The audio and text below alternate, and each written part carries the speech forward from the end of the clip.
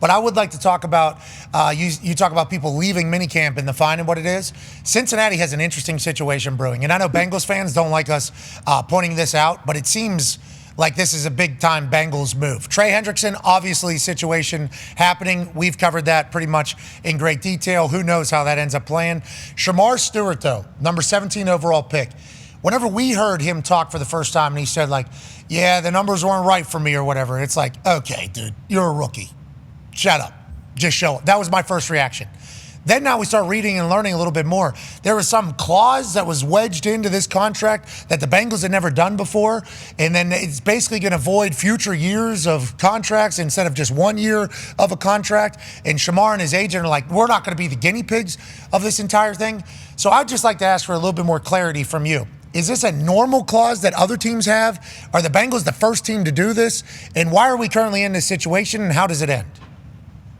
It's not a normal clause. That's why Shemar Stewart is objecting the way he is. Now, it's a little strange to me, the fact that as an unsigned rookie, first-round draft pick, that he's in the building with the team. And I know he wanted to be with his teammates, but who's not a team employee? Who's not under a contract that goes in to work and shows up there? Like, the biggest statement you could make is not being in the building. And that's why I believe this morning he was not there. He's not showing up anymore until he signs that contract. The Bengals wanted to include that clause in there that basically said that he would have to forfeit bonus money, guaranteed money, if he was not on the roster through the length of that contract. And these rookie contracts were guaranteed through the last CBA. That was one of the stipulations. Rookie salaries, first-round draft pick salaries went down, but they became guaranteed.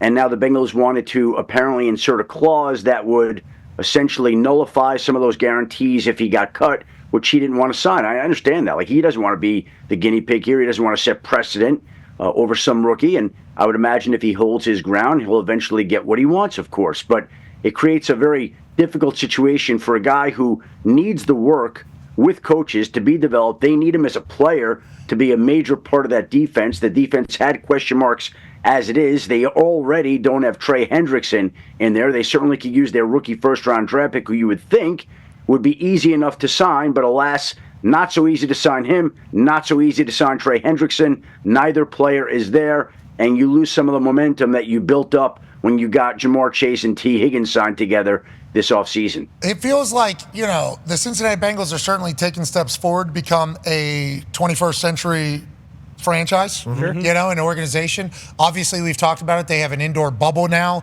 They sold the rights to their stadium so they can make some money off it. It felt like Katie Blackburn was really moving the Cincinnati Bengals into a positive place, as opposed to the Bungles conversation that everybody was kind of forced to have. But every once in a while, and I don't know what the gun laws are in Ohio, I think I do actually, they pull out a big one and then they just shoot themselves right in the foot. Like, this feels like an unforced error almost. They just thought that they were going to sneak this by, and then now it becomes a big distraction almost. And then you got people outside looking in like, only the Bengals. And it's like, I don't think the Bengals have been operating like that for a couple years, but now with the Trey Hendrickson situation and this situation, it's hard not to just be like, why are the Bengals always the Bengals? You know what I mean, Schefter? You got to feel that way? And, well, Trey is really frustrated and very upset and disappointed, and he just feels like this should have been done, and it should have been. Like, he has wanted this deal for 2 off seasons, and he wanted to be traded before the draft last year. They said, just come in, produce. He led the league in sacks. They didn't get the deal done at the end of the season, in the offseason. And all that's happened since then is